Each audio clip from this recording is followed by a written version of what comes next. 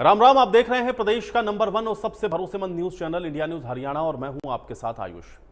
लोकसभा के बाद विधानसभा चुनाव की तैयारियों में जुटी कांग्रेस की मुश्किलें कम होती हुई नजर नहीं आ रही। लोकसभा चुनाव में शानदार प्रदर्शन के बावजूद कांग्रेस में अंतरकला और गुटबाजी थमती हुई दिख नहीं रही है।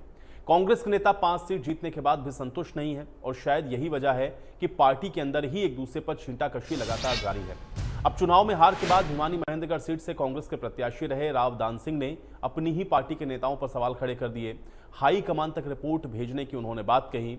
यही नहीं, राव दान सिंह ने किरण चौधरी की कार्यशैली को लेकर के भी सवाल उठाए। राव दान सिंह ने किरण चौधरी पर चुनाव में सही दायित्व नहीं निभाने का आरोप लगाया।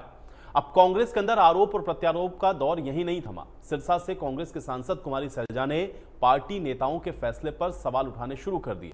टिकट बंटवारे को लेकर के सवालिया निशान खड़ा करने के बाद कुमारी सैलजा ने अब पार्टी में गुटबाजी की बात को भी स्वीकार किया।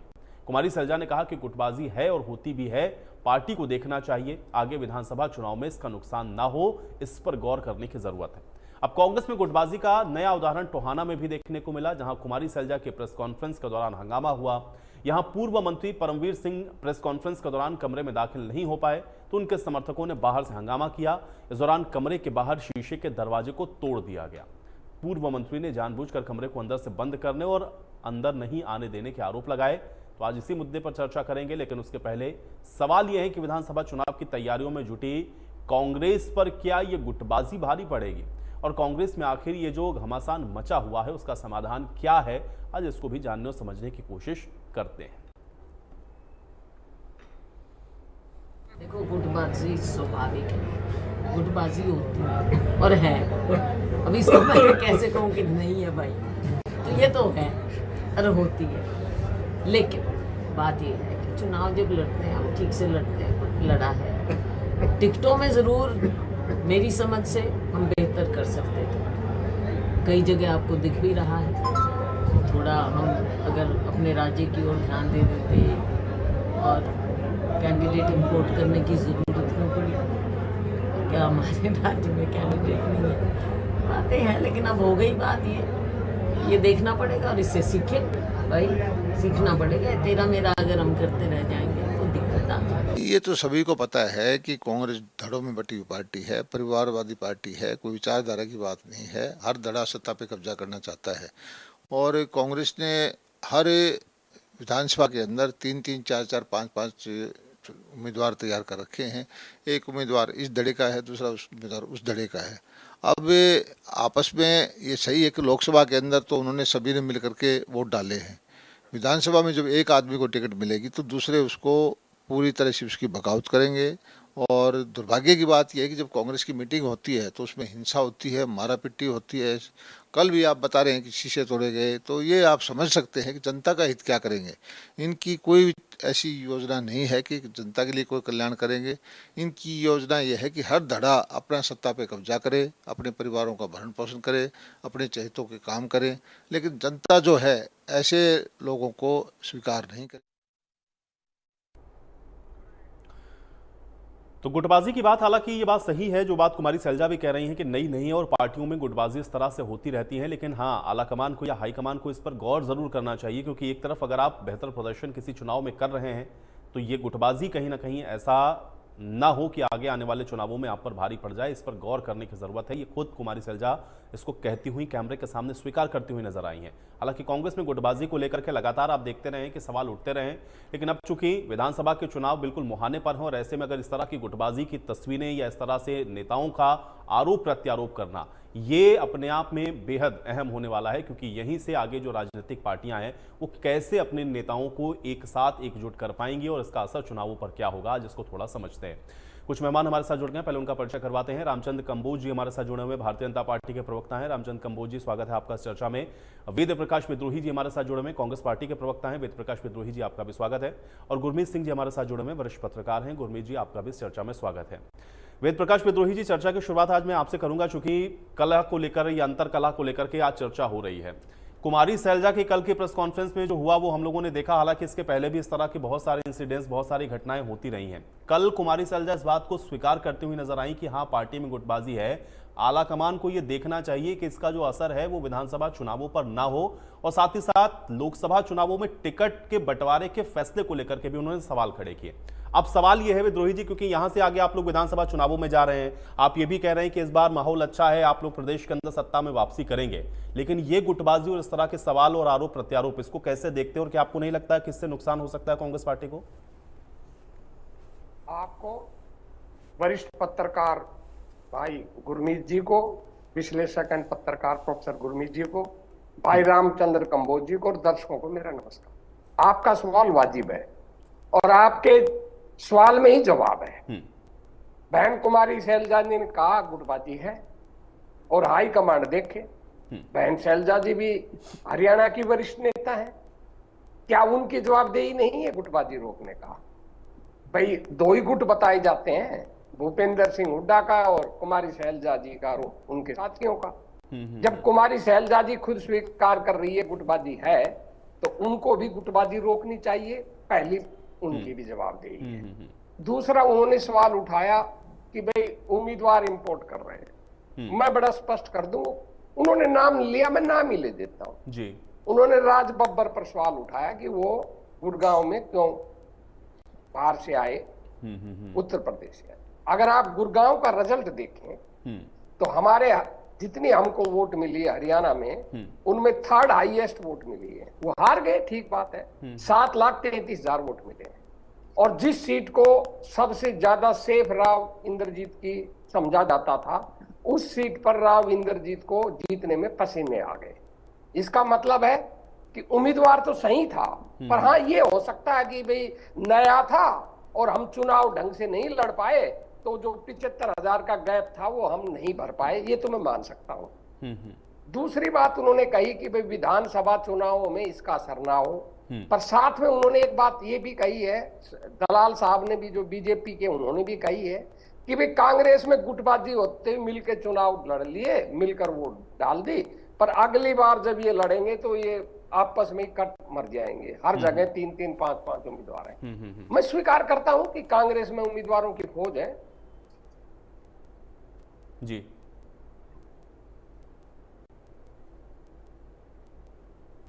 विद्रोही जी, मुझे लग रहा है शायद कुछ तकनीकी समस्या हो गई, आपकी आवाज में उस तक नहीं आ रही है। मैं कंबोज जी का रुख कर लेता हूं तब तक। रामचंद्र कंबोज जी, एक तो जेपी दलाल जी ने भी इस बात को कहा, वही प्रश्न मेरा आपसे भी है, ये गुटबाजी को लेकर के जो सवाल हैं, इसको कैसे आप लोग देखते हैं? सबसे पहले तो नमस्कार, और मेरे साथियों को भी मेरा नमस्कार। और मैं ये कहूंगा कि इसको बिल्कुल कोई दो राय नहीं है।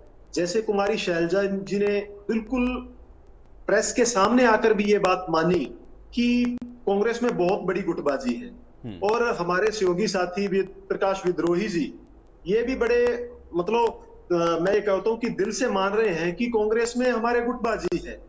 तो मैं तो एक ही बात कहूंगा कि समाज में जिस परिवार में अगर गुटबाजी हो, परिवार का कोई मुखिया ना हो, तो उस परिवार का चल पाना बड़ा मुश्किल हो जाता है। तो जिस इतने बड़े राज्य में एक पार्टी का इतना बड़ा गुटबाजी हो कि उसका प्रेस कॉन्फ्रेंस करते हुए सब मुखिया, जो बहुत बड़े वरिष्ठ, मैं कहूंगा पत्रकार साथी हैं, उनके सामने हंगामा होना और बिल्कुल प्रखर होकर के ये बातें कहना कि हाँ बिल्कुल हमारे गुटबाजी है, तो ये चीजें छुपाए से भी छुपती तो नहीं। और मैं अगर बात करूं उससे पहले की, जिस टाइम अशोक तंवर जी प्रदेश अध्यक्ष हुआ करते थे और भूपेंद्र सिंह हुड्डा हुआ करते थे, उस समय की अगर बात करें तो अकेला गुटबाजी ही नहीं, मैं कहता हूं कि सारी दुनिया जानती है किस तरीके से वीडियो भी वो वायरल होती थी कि किस तरीके से एक दूसरे पे लठ चलते थे, सिर फोड़े जाते थे। ये मामला ऐसे ही चलता रहा। तो पार्टी संस्कारों से चलती है, सिस्टम से चलती है। परिवार का मुखिया जब नहीं होगा, परिवार कैसे प्रशासन सिस्टम, मतलब एक पूरे अनुशासन में कैसे चलेगा। तो दूसरी अगर बात करें तो भूपेंद्र सिंह हुड्डा जी, किरण चौधरी जी अपने बयान दे रही हैं रावदान सिंह जी से, ठीक है जी। और दूसरा कैप्टन अजय यादव जी जिस समय थे कांग्रेस में, उस टाइम क्या मतलब चल रहा था कांग्रेस के अंदर, ये भली भांति पूरा प्रदेश जानता है। तो मैं ये कहूंगा कि जिस कांग्रेस में इतनी गुटबाजी है,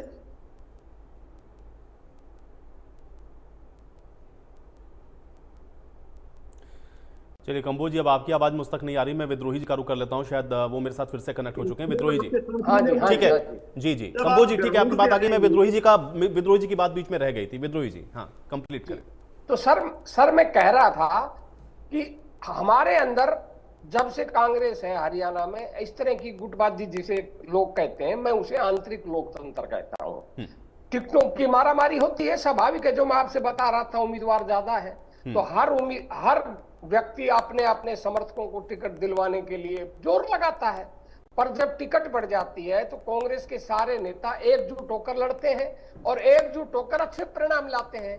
यही विधानसभा चुनाव में होगा। अब असली लड़ाई विधानसभा चुनाव में गुटबाजी नहीं है। मैं बड़े स्पष्ट रूप से कह रहा हूं, सब अपने आप को मुख्यमंत्री के रूप में प्रोजेक्ट करना चाहते हैं और सब अपने अपने को मुख्यमंत्री की लाइनिंग में ला रहे हैं। स्वाभाविक है, हर व्यक्ति की इच्छा होती है मुख्यमंत्री बनने का। भी साफ दिख रहा है कि हरियाणा में कांग्रेस की सरकार आ रही है, तो उस स्थिति में सब अपनी पोजिशनिंग कर रहे हैं और इस पोजिशनिंग में कांग्रेस को कोई नुकसान नहीं होगा, क्योंकि हर व्यक्ति, हर नेता मजबूती से काम करेगा और मजबूती से काम करेगा तो अपने अपने जिन लोगों को वो टिकट दिलवाएगा उनको जितवाने का काम करेगा, ताकि उसकी दावेदारी मजबूत हो और उसकी दावेदारी मजबूत हो, उसके समर्थक विधायक ज्यादा चुनकर आए। तो कांग्रेस में ऐसी गुटबाजियों का बहुत ज्यादा असर नहीं पड़ता।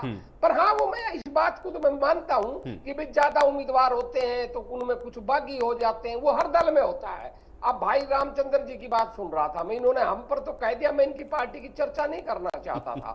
पर आपने राव इंद्रजीत के बयान नहीं सुने। राव इंद्रजीत ने तो खुलेआम कहा है कि मैं तो अपने कार्यकर्ताओं के दम पर जीता हूं, भाजपा ने मेरा विरोध किया है। रणजीत सिंह जी ने, इनके बड़े बड़े जो नेता हैं हिसार के, मैं किसी का नाम नहीं लूंगा, उनका नाम लेकर शिकायतें की है। मोहनलाल बड़ोली ने खुद नाम लेकर शिकायत की, बाद में पार्टी हाईकमान ने कहा तो वो चुप हो गए। तो ये चीजें हर दल में होती हैं सर, और ये हम पर इंपोर्ट का आरोप लगाते हैं। भाई हमने तो चलो राज बब्बर को अपनी ही पार्टी का उम्मीदवार था, चाहे वो उत्तर प्रदेश का था, मैं मान लेता हूं आपका आरोप। पर आपने क्या किया, रातों रात नवीन जिंदल को कांग्रेस से लाए, रातों रात अशोक तंवर को लाए। तो मैं भाजपा के साथियों से केवल इतना ही अनुरोध करना चाहता हूं कि हम पर वो सवाल उठाने से पहले अपने अंदर भी अपनी पार्टी को देख लें। ठीक है, अब मैं इसका जवाब रामचंद्र जी से लूंगा। मैं गुरमीत जी का भी एक रिएक्शन चाहता हूं। गुरमीत जी देखिए, दोनों पार्टियां अपना अपना डिफेंड करती रहेंगी, अपनी अपनी तरह से उसको एक्सप्लेन करेंगी। एक वरिष्ठ पत्रकार होने के नाते, राजनीतिक विश्लेषक होने के नाते आप इसको कैसे देखते हैं? क्या इतना सीधा सरल है? क्योंकि कह रहे हैं विद्रोही जी की इसका इंपैक्ट बहुत ज्यादा नहीं होने वाला है। ठीक है, गुटबाजी की बात को स्वीकार कर रहे हैं, लेकिन चूंकि अब ये माहौल कांग्रेस के पक्ष में, इसलिए ठीक है, लोग अपनी अपनी पोजिशनिंग कर रहे हैं। गुरमीत जी, पहली बात तो ये कि उन्होंने मान लिया, अच्छी बात है, शैलजा जी ने मान लिया, अच्छी बात है। जो उनका पहला पोर्शन है वो तो ठीक है, लेकिन जो दूसरा पोर्शन जो आपने भी कहा कि एक बार टिकट मिलने के बाद कांग्रेसी मिलके लड़ने लगते हैं, वैसा नहीं होता असल में। अगर आप देखेंगे जमीन में, अगर वैसा होता तो दान सिंह जी क्यों कहते हैं यार आप शैलजा जी ने कह दिया या कोई और कह सकता है, जहां पे भी हार हुई है। और उन्होंने खुद कहा बागी उम्मीदवार, कई जगह पर बागी उम्मीदवार कई बार जीत भी जाते हैं, तो फर्क तो पड़ता है। ये अलग बात है, जनता जब मन बना लेती है किसी पार्टी को मौका देने का, तो फिर ये सारी चीजें पीछे रह जाती हैं। अब हरियाणा में तो आप जानते हैं पार्टी का संगठन भी नहीं था बन पाया। वो हरियाणा छोड़िए, उत्तर प्रदेश देखिए, उत्तर प्रदेश में तो कांग्रेस की क्या स्थिति थी और सीटें तो ले ही गए। तो जब वो, तो इसलिए जब चीज मिलनी होती है मिल जाती है। ये लोग अपना एक टिपिकल इनका सेंटेंस होता है, आज इन्होंने कहा नहीं कि भाई नेताओं का होता है, मतलब विद्रोही जी तो ईमानदारी से कहते हैं हमेशा कि जी मतभेद है, मन भेद नहीं है ना, हमारे मतभेद है, हमारे मनभेद नहीं। असल में तो मनभेद ही है। मतभेद क्या है, कोई इश्यूज पे तो कोई डिबेट होती नहीं। कभी आपने देखी कोई सार्थक डिबेट हो रही हो कि नहीं जी किसानों को बिजली इतने रुपए में मिलनी चाहिए और दूसरा नेता कह रहा हो कि नहीं इतने पैसे में मिलनी चाहिए, ऐसी कभी बहस तो मैंने देखी नहीं। तो असल में तो सारी बात किस्सा कुर्सी का है, और वो उन्होंने बताया ही कि भाई मुख्यमंत्री पद की लड़ाई है, और ये बदलते भी रहते हैं परमुटेशन कॉम्बिनेशन। आपको याद करा दूं कि जब हुड्डा साहब 2005 में आए तो उस समय पर वीरेंद्र सिंह जी, भूपेंद्र सिंह हुड्डा, कुमारी शैलजा और राव इंद्रजीत, जिनमें से राव इंद्रजीत अब बीजेपी में है, वीरेंद्र जी वापस आ गए हैं ना, ये सब लोग एक थे भजन लाल जी के खिलाफ कि भाई किसी तरह से। और उस समय क्या होता है कि भाई इसको ना बनने दो, फिर हमने से जो भी अपना जिसका मौका लग जाए वो बन जाए। फिर हुड्डा साहब बन गए। अब जब हुड्डा साहब बन गए, फिर अब ये एक नया एसआर के सो कॉल्ड, अब इसमें वीरेंद्र जी कहाँ फिट होंगे, ये सब देखने की बात है। अच्छा, जहां तक इम्पोर्ट वाली, शैलजा जी ने तो गुटबाजी की बात तो आज कही है। द ट्रिब्यून में एक इंटरव्यू छपा था, शायद विद्रोही जी ने भी पढ़ा हो, उसमें तो उन्होंने सीधा पार्टी प्रभारी पे भी कह दिया, जो हरियाणा के पार्टी प्रभारी हैं, प्रदेश की तो छोड़िए, डायरेक्टली उन्होंने नाम लेके कहा। जी, और उसमें भी जो इम्पोर्टेड वाली बात है, इन्होंने पूरी बात राविंद्र जीत का तो राज बब्बर का उदाहरण दे दिया। अगर इम्पोर्टेड की बात करें तो 2 इम्पोर्टेड थे अगर उस दृष्टि से देखा जाए, और 2 में से एक तो जीत गया, तो उनका वो तर्क तो वहां पे बल्कि डिफीट हो रहा है, क्योंकि अगर इम्पोर्टेड दूसरे ने अच्छी फाइट दे दी, जैसे राज बब्बर का इन्होंने बताया, भाई इम्पोर्टेड हरियाणा में 2 ही माने जा रहे थे ना, एक सोनीपत से और एक राज बब्बर जी को कह रहे थे, हालांकि उनका ताल्लुक हरियाणा से था, लेकिन वो हरियाणा में कभी उस तरह से रहे नहीं राजनीति में, तो वो नाम एकदम नया था जब लाए ये ब्रह्मचारी जी को। तो कहने का भाव ये है कि कांग्रेस ये बात समझनी पड़ेगी कि ठीक है, जनता ने मन बनाया है, जनता का झुकाव है, आप दहलीज पे भी खड़े हैं, इसको मानने में कोई ऐतराज नहीं होना चाहिए किसी को, लेकिन उसके साथ साथ अगर लापरवाही हुई तो विधानसभा चुनाव में और लोकसभा चुनाव में ये अंतर भी है कि लोकसभा चुनाव में उसका बहुत ज्यादा असर नहीं पड़ता, विधानसभा चुनाव में हार जीत जो है वो छोटे अंतर से भी होती है। हाँ, ये बात ठीक है कि गुटबाजी हर पार्टी में, उसमें अलग अलग ग्रुप है, भारतीय जनता पार्टी में अलग ग्रुप है, हालांकि पता नहीं कैसे मिस कर गए, वो हरियाणा के नेताओं के उदाहरण देते गए, अब तो जो संघ प्रमुख हैं उन्होंने ही कुछ ऐसी बातें कह दी हैं जिसको लेके भारतीय जनता पार्टी डिफेंसिव हो रही है। तो गुटबाजी तो रहती है, गुटबाजी का तो कोई इसमें कोई दो राय नहीं कि हर पार्टी में एक चुनौती रहती है। उसमें एक फर्क ये है कि जब हाईकमान मजबूत होता है, जैसे मान लीजिए भारतीय जनता पार्टी में जो हाईकमान है वो सर्वशक्तिमान फिलहाल तक तो है, अभी भी कैबिनेट एक्सपेंशन में भी, डिस्ट्रीब्यूशन में भी शक्तिमान ही लग रहा है, अब आगे देखिए क्या होता है ना। तो इब्तदाई इश्क है, रोता है कि आगे आगे देखो होता है क्या। तो अभी तो पहली बार मेजोरिटी से नीचे रहे, 2 बार तो बम्पर मेजोरिटी के साथ गए। तो जब हाईकमान कमजोर होता है तो देशों में गुटबाजी को कंट्रोल करने की उसकी जो मादा होता है या जो उसका एक सुनने वाली बात होती है वो थोड़ी कम हो जाती है। कांग्रेस में ये समस्या है, इस बार थोड़ा सा ताकत मिली है सेंटर में भी, तो हो सकता है कि कुछ वो लोग भी असर्ट करें। और बाकी गणित अपने लगते रहते हैं कि भाई कम में 40 सीटें आई तो उल्टा साहब बनेंगे, 70 सीटें आई तो शैलजा जी बनेंगी, ये सब चलता रहेगा। लेकिन मेरा मानना फिर भी ये है कि आप एक मौके को कई बार, और ऐसा हो जाता है, कई राज्यों में भी हो चुका है कि आप बहुत सारे लोग आज ये कह रहे हैं कि इस समय भारतीय जनता पार्टी की जो परफॉर्मेंस लोकसभा चुनाव में आई, अब वो इफ एंड बट रह जाता है। मैं तो उसमें विश्वास नहीं करता, जो रिजल्ट आ गया वो आ गया, लेकिन एनालिसिस ऐसे हो रहे हैं कि अगर यहाँ ये कर लिया होता या वहां वो कर लिया होता, या नीतीश कुमार को संयोजक बना दिया होता, या यहाँ पे थोड़ा सा और जोर लगा दिया होता, तो शायद बीजेपी रुकी जाती, क्योंकि अल्टीमेटली तो 30 सीट की मामला था भाई। बीजेपी की 240 सीट आई, इनके पूरे अलायंस की 230 के करीब है। अगर हम वैसे, अच्छा चलो 290 ही मान लो, नहीं तो हमारे भारतीय जनता पार्टी कहेंगे कि अपना अलायंस का गिन रहे हो तो हमारा भी अलायंस का गिन। तो अगर 290 और 234 में 30 सीटें अगर इधर से उधर हुई तो बराबर हो जाती। तो ये तो उड़ीसा ने जय जगन्नाथ उन्होंने कह भी दिया, उसने बचा लिया, अदरवाइज तो जो है डामाडोली। बाद में बट से क्या है, लेकिन हाँ मुझे लगता है कि आपने जो बात कह दी है वो विद्रोही जी को समझ में आ रही है। मैं सिर्फ ये बताने की लास्ट कोशिश ये कर रहा हूँ कि जहां पर इतना माहौल होने के बावजूद नतीजे इस तरह के हो गए, तो कांग्रेस के पक्ष में जो हरियाणा में माहौल बना है वो तो उसकी तुलना में तो बहुत कम है। उसकी तुलना में तो जो देश में मोदी जी के पक्ष में माहौल था उसकी तुलना में तो बहुत कम है। अगर वो इतना बड़ा झटका खा सकते हैं, अगर मोदी जी जो है वो इनविंसिबिलिटी उनकी खत्म हो सकती है, तो कांग्रेस भी कृपा करके ये मान के ना चले कि हुड्डा साहब तो बने पड़े हैं या शैलजा जी बनी पड़ी हैं। नहीं, वो लोग कह तो रहे हैं, अब देखते हैं कि हाईकमान उनका इसको कैसे डील करता है। ठीक है, ताकत लगानी पड़ेगी, मैं सिर्फ ये कह रहा हूँ, नहीं तो ये मौका चूक जाएंगे तो फिर इनको समस्या होगी। और एक बार जब सत्ता हाथ से निकल जाती है, पिछली बार भी आप जानते 40 सीटें थी, इनकी 31 थी, तब भी ये बात चली थी किंतु परंतु, वैसी किंतु परंतु इस बार ना हो, इसलिए जनता की भावना को ये भी समझे, ध्यान रखें और उस मुताबिक से अपना ध्यान रखें। ठीक है कंबोज जी, भाई उनकी पार्टी पर टिप्पणी से पहले आप भी तो देखिए, आपके नेता भी तो इसी तरह की बातें कह रहे हैं, भाई फला जगह ऐसा हुआ, यहाँ पर ऐसा हुआ, तो हर जगह होती है, हर पार्टी में होती है, आपको अपनी पार्टी देखनी चाहिए। देखिए, मैं विद्रोही जी से और हमारे बड़े भाई गुरमीत जी से मैं सहमत हूं कि ये हर एक राजनीतिक दल में इंपोर्ट एक्सपोर्ट चलता रहता है, आना जाना लगा रहता है, मगर कुछ कारण ऐसे होते हैं कि उन कारणों को देखा जाता है। जैसे विद्रोही जी खुद कह रहे हैं और हमारे बड़े भाई गुरमीत जी भी ये कह रहे हैं कि पार्टी, संगठन या परिवार का मुखिया अगर मजबूत होगा तो परिवार बड़े अच्छे तरीके से चल पाएगा।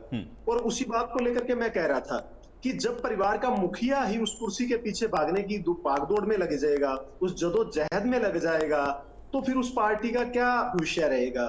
तो पीछे जो चुनाव इन्होंने लड़ा इंडी गठबंधन ने, तो इंडी गठबंधन के साथ जो उनके साथ अलायंस में जो दल थे, राजनीतिक दल हरियाणा में, वो बड़े मुखर होकर के उन्होंने कहा कि हम जो विधानसभा का चुनाव है वो हम अलग लड़ेंगे। तो बड़ी सीधी सी बात है, भारतीय जनता पार्टी विधानसभा चुनाव को लेकर के बहुत ही मतलब संजीदगी से कार्य चल रहा है और बिल्कुल बूथ स्तर पे हम उस चीज को कवर कर रहे हैं। और क्योंकि संगठन जो है, एक संगठन के माध्यम से ही किसी भी दल का जो है वो हम बना सकते हैं कि हमारा संगठन कितना मजबूत है।